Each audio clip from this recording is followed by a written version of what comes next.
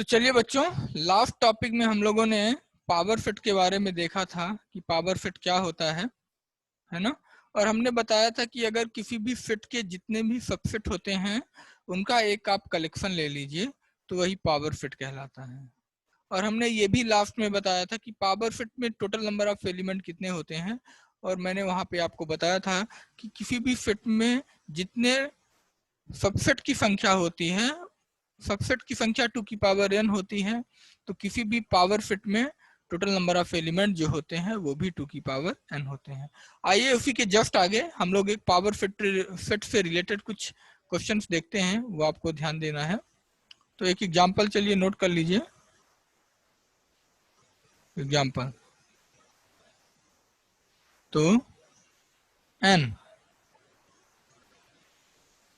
p p p 5 बताना है बेटा कि अगर 5 कोई आपके पास फिट है, एक कोई फिट है जिसमें कोई भी एलिमेंट नहीं है, ए इम्पटी फिट है, ओके। तो यदि हम उसका पावर फिट निकालना चाहें, कितनी बार पावर फिट निकाल ले, 1 2 3 टाइम पावर फिट उस फिट का निकालें तो उसमें कुल एलिमेंट की जो संख्या होगी वो 4 होगी। तो चलिए इसको हम लोग प्रूफ करते हैं बेटा। अगर बेटा मान लीजिए आपके पास एक कोई फिट है, हम ले लेते हैं एक कोई फिट है और इसमें कोई भी एलिमेंट नहीं है, मीन्स ये जो फिट है वो इम्पटी फिट है। तो ए का पावर फिट क्या होगा बेटा, इस फिट का पावर फिट,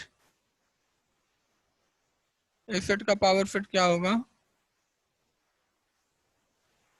इसका होगा, इस फिट के अंदर केवल एक एलिमेंट होगा 5।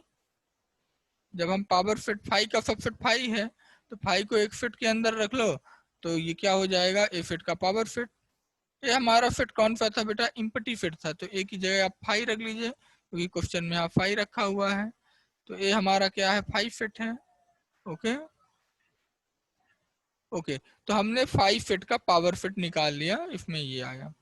अब बेटा दोबारा क्योंकि हमें 3 बार, अब इस ये एक हमारे पास नया फिट है तो इसका पुनः पावर फिट निकालना है, तो हम देख लेते हैं कि इसके सबसेट कौन कौन से होते हैं।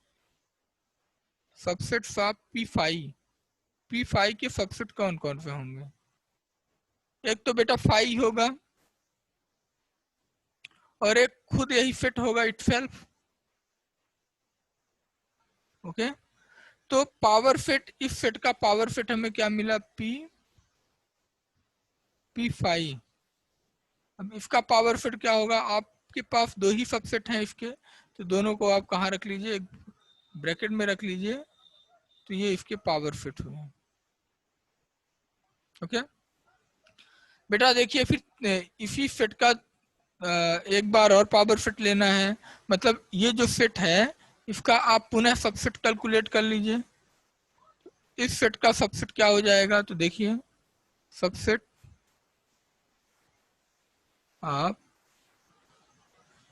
पी, ये जो आपके पास P5 फिट है इसके सबसेट कौन से होंगे, एक तो बेटा 5 होगा, ये तो क्योंकि सभी का सबसेट होता है, और एक इसको अलग कर लीजिए, ओके। और एक ये खुद आपका एक सबसेट होगा, इसको भी अलग कर लीजिए, और एक ये बेटा पूरा खुद खुद इस सेट का सबसेट हो कहलाएगा, ओके।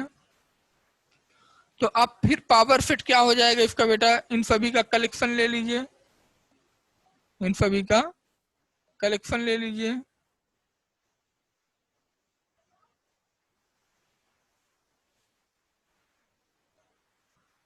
तो इन सभी का जब कलेक्शन लेंगे तो एक सेट के अंदर सभी एलिमेंट्स को रख दीजिए,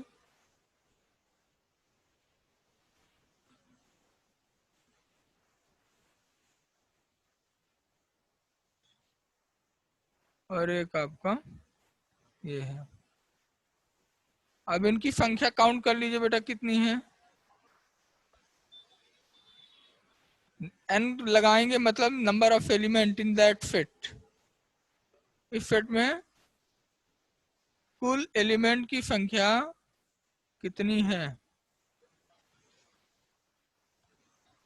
काउंट करिए इनकी टोटल संख्या कितनी है बेटा, 1 2 3 और ये 4।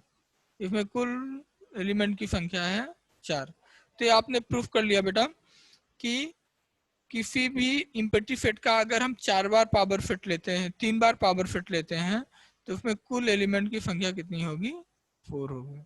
ये आपने नोट कर लिया और समझ में भी आ गया होगा। आप 5 फिट ले लीजिए, 5 फिट ले लीजिए, इसका पावर फिट निकाल लीजिए तो 5 ही मिलेगा। फिर इनके सब फिट लीजिए, फिर पावर निकालिए, फिर ये जो फिट मिला इनका फिर सब फिट निकालिए, फिर पावर फिट ले लीजिए। और इस तरह से आप काउंट करेंगे तो टोटल नंबर ऑफ जो इनकी टोटल नंबर ऑफ एलिमेंट्स होंगे in that fit, this will be 4। Okay, आपके समझ में आ गया होगा। आइए इसी से रिलेटेड एक नेक्स्ट क्वेश्चन हम लोग देखते हैं। एक और हम एग्जांपल आपको समझाने का प्रयास करते हैं। ओके, तो एक दूसरा जो एग्जांपल है बेटा, इसका अगला जस्ट एग्जांपल, नेक्स्ट एग्जांपल आप नोट कर सकते हो कि यदि ए सेट में बेटा एलिमेंट हैं ए, ये इस सेट में एलिमेंट हैं, तो इनके ए सेट का पावर फिट निकालना है। फाइंड पीए मतलब ए फिट के पावर फिट। तो बेटा ये भी बड़ा इजी है, पहले ए फिट के टोटल सबसेट निकाल लीजिए। तो सबसेट ऑफ ए सेट के सबसेट टोटल कौन कौन से हो जाएंगे, एक तो 5 हो जाएगा बेटा, इसको एक अलग अलग 1 1 एलिमेंट को ले लीजिए, फिर बी को ले लीजिए फिट के अंदर, और एक खुद है वही एलिमेंट हो जाएगा एक। तो टोटल नंबर ऑफ एलिमेंट कितना हो गया बेटा, पी ए पावर फिट कौन कौन से आ गए पावर फिट के अंदर एलिमेंट। जब पावर फिट ले लेंगे तो ये जितने भी सबसेट हैं इनको एक आप सेट के अंदर रख दीजिए।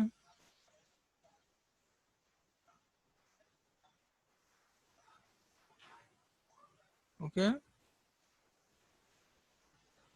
ये आपने ए फिट का पावर फिट निकाल लिया। क्लियर? ओके बेटा, कुछ थ्योरम्स हैं, इन थ्योरम्स को आप हमेशा ध्यान रखोगे क्योंकि हमने आपको बताया है कि फाई जो होता है और कोई खुद जो फिट होता है इटसेल्फ के लिए सबसेट का काम करता है। ये ऐसा क्यों करता है तो हम लोग इस थ्योरम से क्लियर करेंगे। थ्योरम नंबर 1 आपकी यही है कि प्रूफ कर दीजिए कि जो एवरी फिट होता है वो खुद के लिए एक सबसेट का काम करता है। Prove that every fit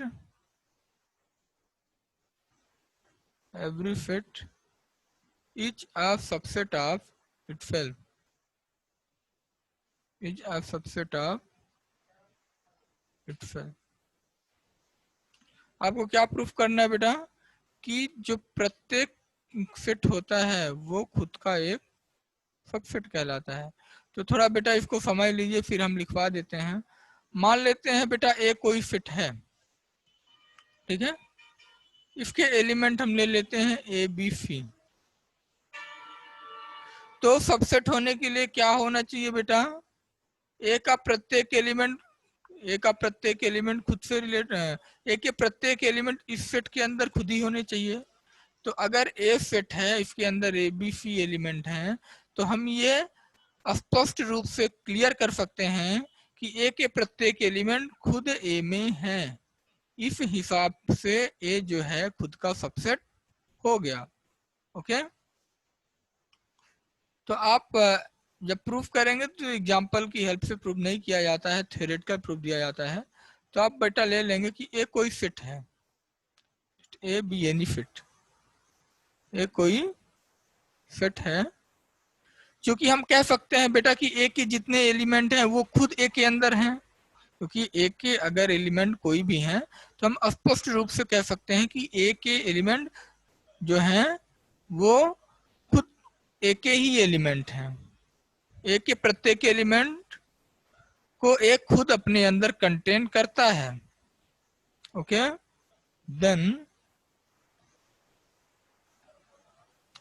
each element of A of A clearly in A itself, then each element of A is clearly in A itself. तो बेटा यदि हमने माना ये कोई सेट है तो ए का प्रत्येक एलिमेंट स्पष्ट रूप से ए के अंदर ही है, तो हम ये कह सकते हैं कि ए जो है खुद का सबसेट है, hence A is a subset of A. इस हिसाब से हम ये कह सकते हैं कि कोई भी बेटा जो सेट होता है वो खुद का सबसेट हो सकता है। ओके, तो इसको आप प्रॉपर राइट कर लीजिए, नोट कर लिए होंगे। फिर इसी से रिलेटेड बेटा एक अगला फिर है कि अभी मैंने आपको बताया है कि फाई भी जो बेटा होता है वो प्रत्येक सेट का एक सबसेट होता है।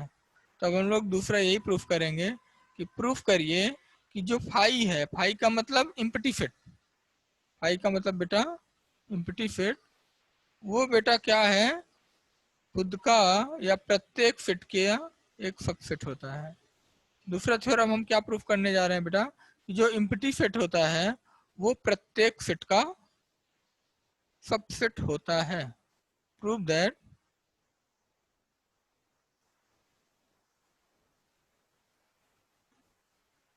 empty set is a subset of each set।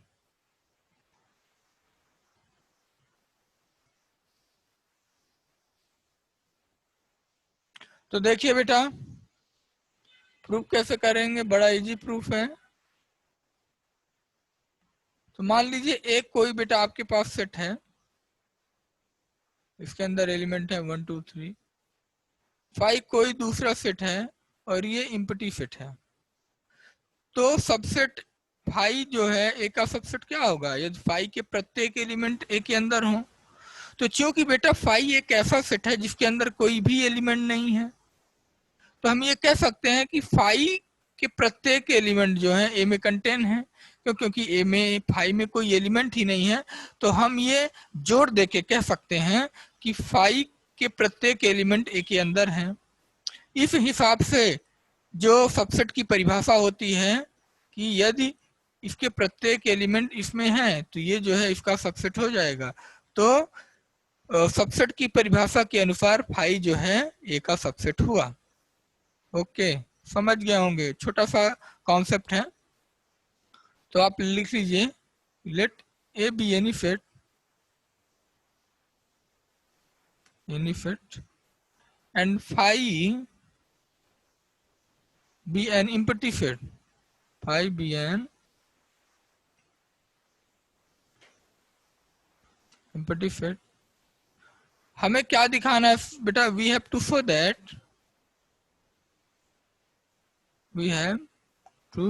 That हमें क्या प्रूफ कर देना है या क्या दिखाना है, phi is a subset of A. हमें यही दिखाना है बेटा फाई जो है ए का सबसेट है। Okay,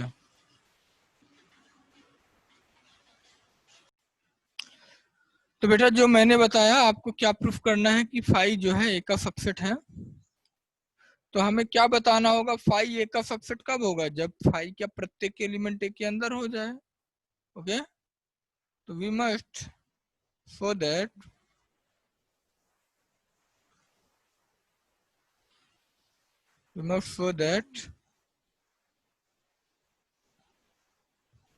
every element of phi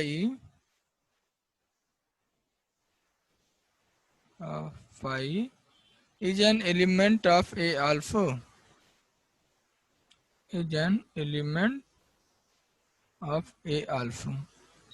तो बेटा फाई एक ऐसा सेट है जिसमें कोई भी एलिमेंट नहीं है, but phi contain no element, phi में कोई भी एलिमेंट नहीं है। So we can say that phi is a subset of A, so every element of phi is in E, every element of phi is in A. Phi का प्रत्येक element बेटा ए fit में है, सो फाई जो है ए का सबसेट हुआ। देखिए बेटा हमने क्या लिया था, ए कोई फिट ले लिया था, फाई कोई इम्पटी फिट ले लिया था। हमें क्या बताना था कि फाई जो है ए का सबसेट हुआ।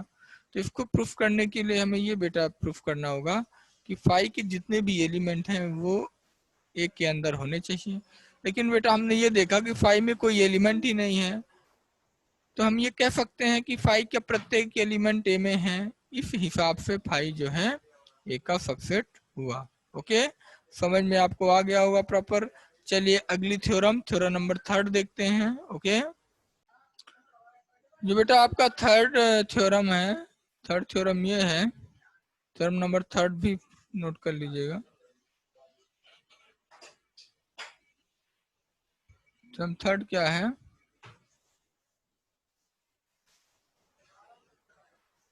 कि if A is a subset of B, यदि ए बी का सबसेट है and B is a subset of A और बी ए का सबसेट है, तो आपको ये प्रूफ करना होगा बेटा कि ए जो सेट है बी के बराबर है। ओके, बड़ा ही छोटा सा प्रूफ है। अगर आपको सबसेट की परिभाषा ध्यान होगी तो आपसे समझ में ये आ जाएगा और बन भी जाएगा। बेटा ए यदि सबसेट है बी का, इसका मतलब ये है कि यदि आपने ए सेट में कोई एलिमेंट ले रखा है तो वही एलिमेंट बी में भी होना चाहिए, तब जाके होगा कि ए जो है बी का सबसेट है। यदि मान लीजिए बेटा बी ए का सबसेट है, तो इसमें भी यही होता है कि यदि कोई एलिमेंट आपने बी में ले रखा है तो वही एलिमेंट ए में भी होगा, तब जाके बी ए का सबसेट होगा। ओके, चलिए देखते हैं हम लोग प्रूफ इसका देख लेते हैं। 2 लाइन का प्रूफ है।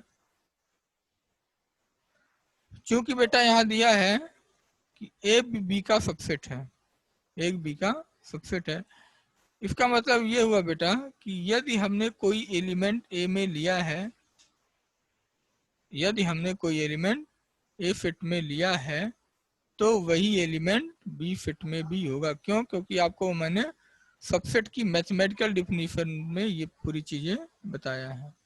यदि हमने कोई एलिमेंट ए फिट में रखा है तो वही एलिमेंट बी फिट में भी होगा। इसको इक्वेशन नंबर 1 दे दीजिए। अल्फा बेटा क्या दिया है, अल्फा दिया है कि बी भी बेटा ए का सबसेट है। पहले दिया था ए बी का सबसेट है और ये भी दिया है कि बी भी ए का सबसेट है। यदि बेटा बी ए का सबसेट है तो यदि कोई एलिमेंट हम बी फिट में लेते हैं तो वही एलिमेंट ए फिट में भी होगा। ओके, आइए इक्वेशन नंबर 1 को देखिए। कोई एलिमेंट ए फिट में है और वही एलिमेंट बी फिट में है। इधर आता है कि यदि कोई एलिमेंट बी फिट में है तो वही एलिमेंट ए फिट में है। अगर बेटा इक्वेशन 1 और 2 को हम एक साथ कंबाइन कराने का प्रयास करते हैं तो हम ये लिख सकते हैं कि यदि कोई एलिमेंट ए में है, इफ देखिए यहाँ हमने बताया कि कोई एलिमेंट ए में है तो वही एलिमेंट बी में है। तो यहाँ क्या नीचे हमने क्या शो किया बेटा, यदि कोई एलिमेंट बी में है तो वही एलिमेंट ए में भी है। तो इक्वेशन 1 और 2 को जब हम बेटा आपस में कंबाइन कराएंगे ना तो इस तरीके से भी लिख सकते हैं, फ्रॉम इक्वेशन 1 एंड 2 इसको लिखा जा सकता है बेटा, यदि कोई एलिमेंट ए में है, इफ एंड ओनली इफ का साइन आ जाएगा और वही एलिमेंट बी में भी हो। कहने का मतलब बेटा यदि ए में है तो वही एलिमेंट बी में भी है, यदि बी में भी है तो वही एलिमेंट ए में भी होगा।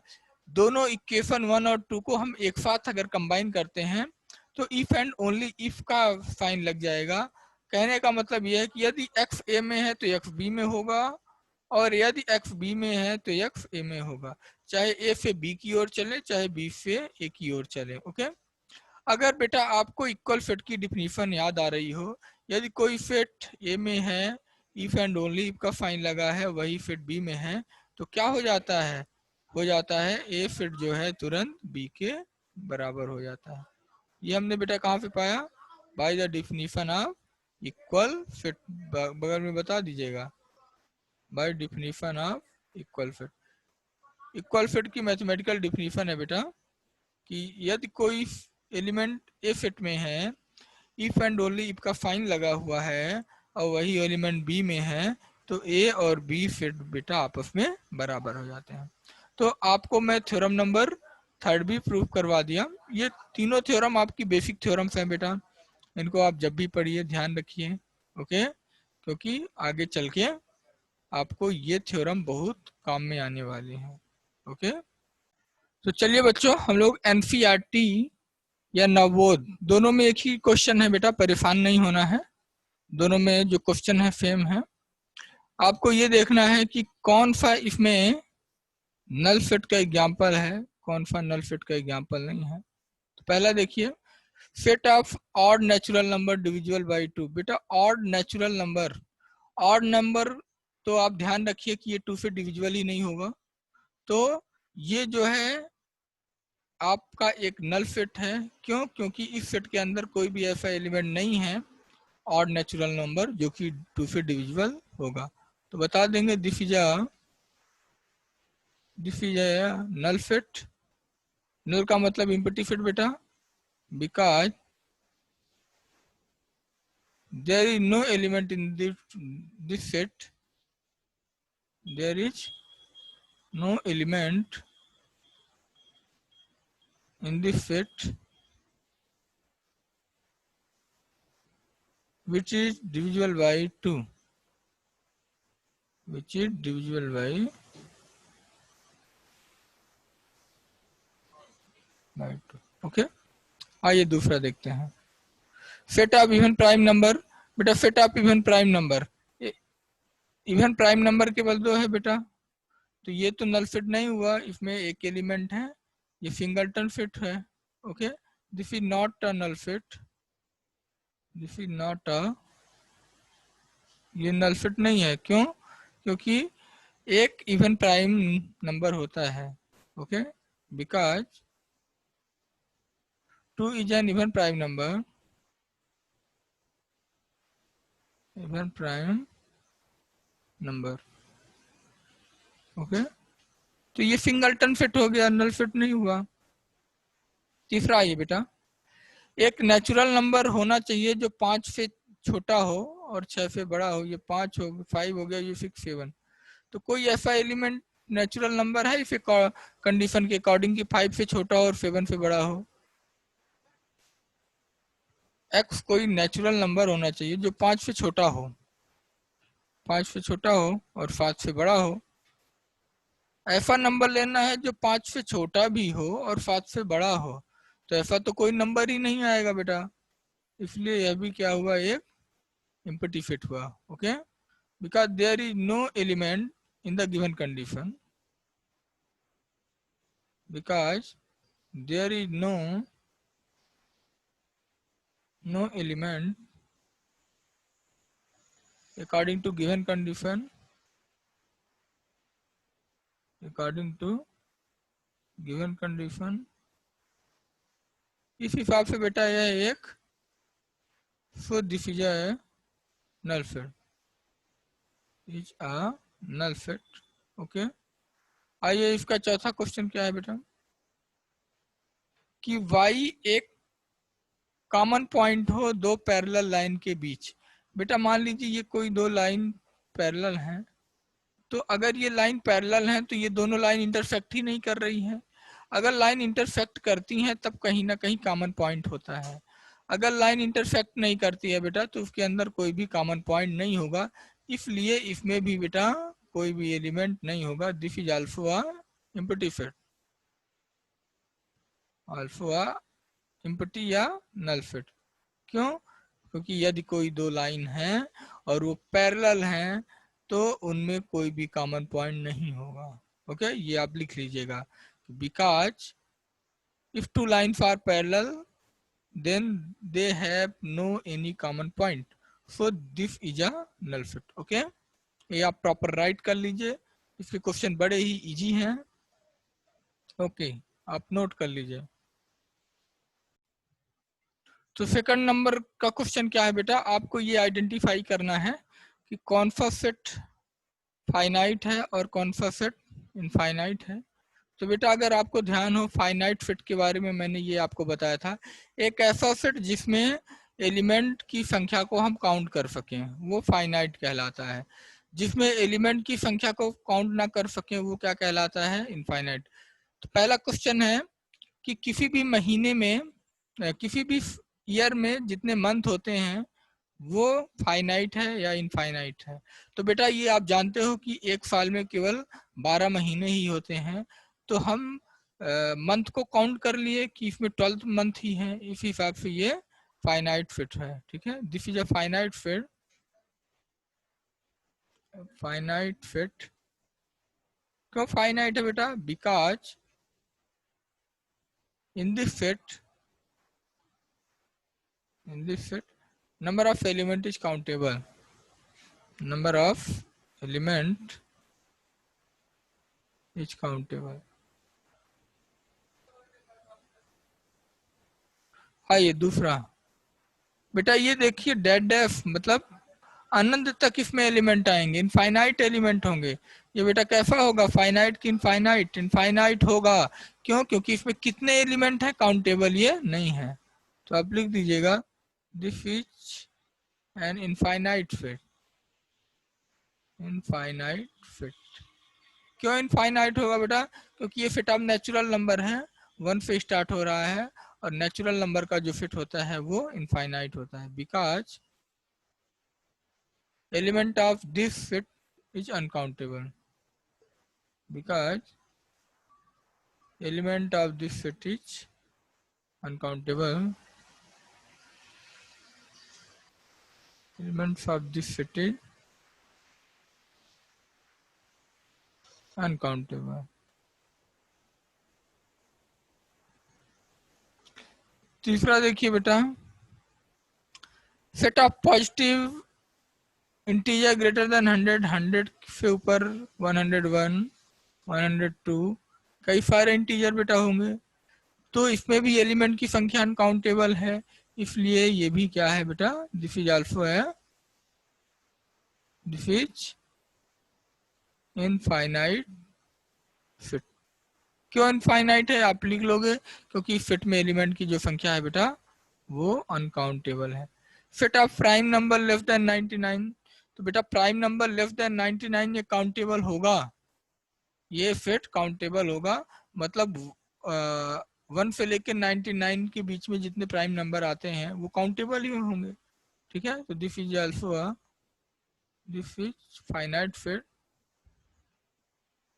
क्यों फाइनाइट होगा, क्योंकि इस सेट में जितने भी एलिमेंट होंगे बेटा वो काउंटेबल होंगे। Because element of this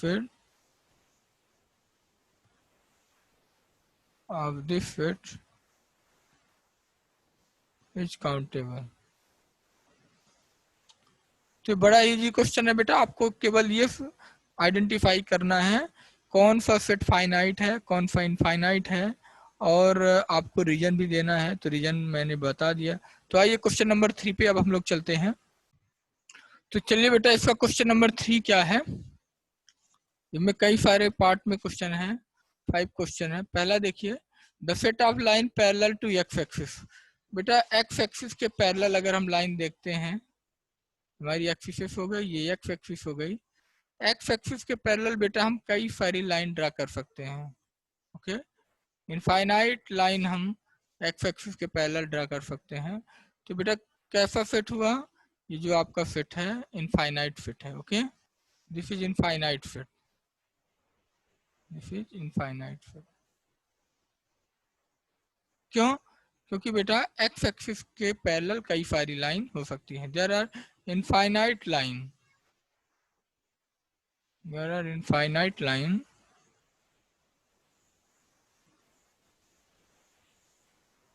parallel to x-axis. Okay, the letter of English alphabet, बेटा ये हमें मालूम है A से स्टार्ट होता है, Z पे खत्म होता है, 26 लेटर इंग्लिश अल्फाबेट में होते हैं, इसलिए ये फाइनाइट फिट है। दिस इज फाइनाइट, क्यों, क्योंकि इस सेट में जितने भी एलिमेंट हैं वो काउंटेबल हैं। Because element of this set is countable. अगर काउंटेबल है तो फाइनाइट और अनकाउंटेबल है तो infinite. This set is countable.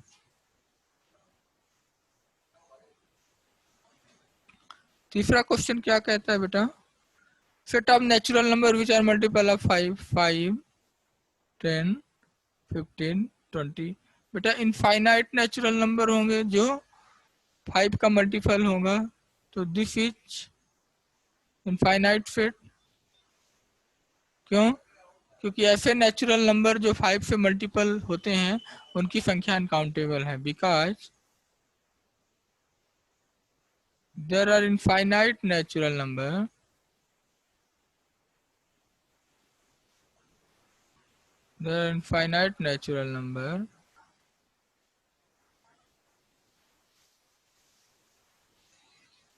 which are multiple of 5, which are multiple of। चौथा बेटा देखिए, पृथ्वी पे जितने भी जानवर रहते हैं ये बेटा काउंटेबल है कि कितने प्रकार के जानवर रहते हैं, इसलिए यह एक this is a finite fit. क्यों? क्योंकि पृथ्वी पे जितने भी जानवर हैं वो काउंटेबल हैं, because animals lives on the earth is countable. अगर काउंटेबल है बेटा तो वो फिट को हम फाइनाइट कह सकते हैं। The circle passing through the origin से होके इनफाइनाइट सर्किल पास होती है बच्चों, ये तो मालूम होगा, इसलिए ये this is an infinite fit. Origin से होके तो कई सारी सर्किल पास हो सकती हैं, इस हिसाब से बेटा ये क्या हुई, इनफाइनाइट फिट। ओके, तो अगला क्वेश्चन देखते हैं, क्वेश्चन नंबर 4 क्या है आप। तो चलिए बेटा क्वेश्चन नंबर 4 का पहला पार्ट है, आपको ये बताना है कि कौन सा इसमें से सही, कौन सा फिट इक्वल है, कौन सा फिट इक्वल नहीं है। तो ए में एलिमेंट है A B C D, B में भी एलिमेंट है डी सी बी ए। हम ये देख रहे हैं बेटा जो एलिमेंट ए में है वही एलिमेंट बी में है, इसलिए ए इक्वल टू बी हुआ। क्यों?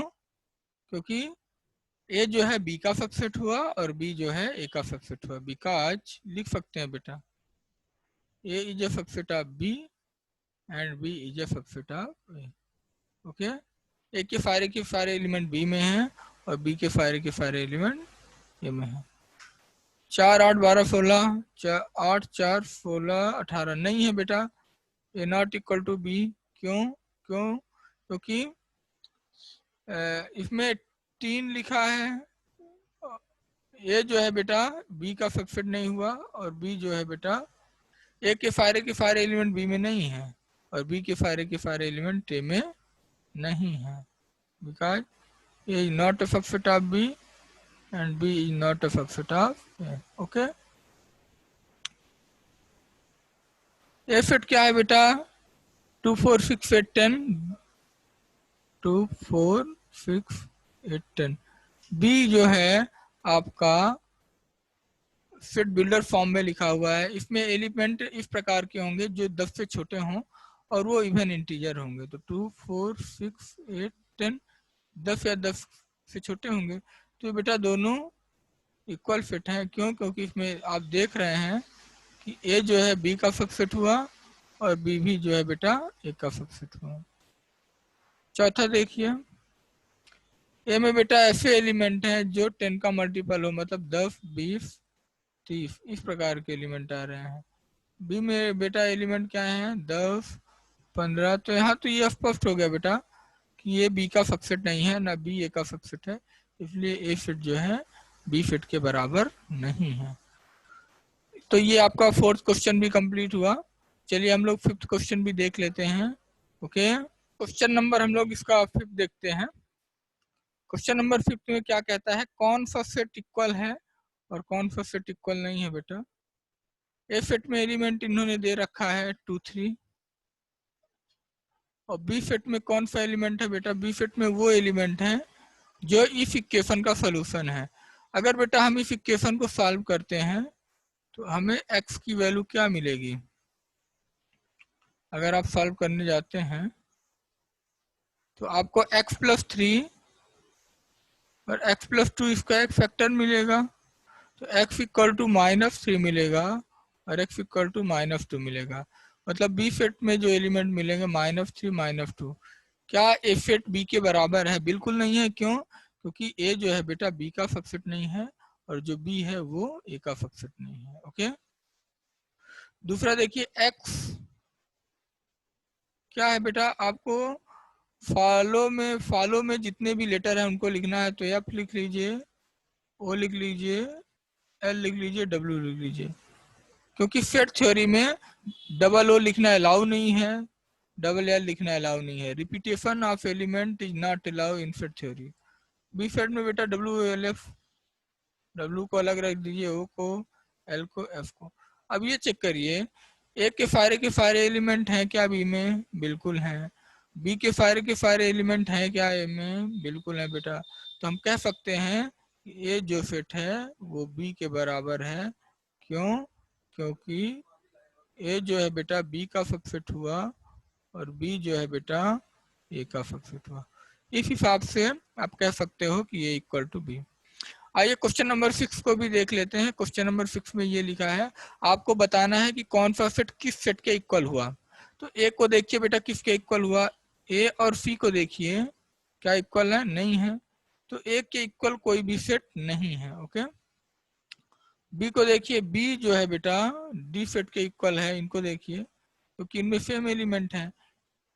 बी जो है डी का सबसेट हुआ, ओके, और डी जो है बी का सबसेट हुआ। तो बी के इक्वल सेट कौन सा होगा? डी। और देखिए सी के इक्वल कोई नहीं दिख रहा है बेटा। ई के इक्वल देख लीजिए, ई के इक्वल आपका जी हो गया क्योंकि ई और जी में सेम नंबर ऑफ एलिमेंट है। एफ जो है एच के इक्वल हो गया क्योंकि इसमें भी सेम नंबर ऑफ एलिमेंट है, सेम एलिमेंट ही है। ओके, और लेकिन ए के इक्वल कोई भी सेट नहीं मिला। ओके, तो इस हिसाब से बेटा एनसीईआरटी का 1.2 आपका कंप्लीट होता है। और ये पूरे के पूरे क्वेश्चन ध्यान रखिएगा नवबोध में भी है। तो नवबोध और एनसीईआरटी 1.2 में कोई भी डिफरेंस नहीं है।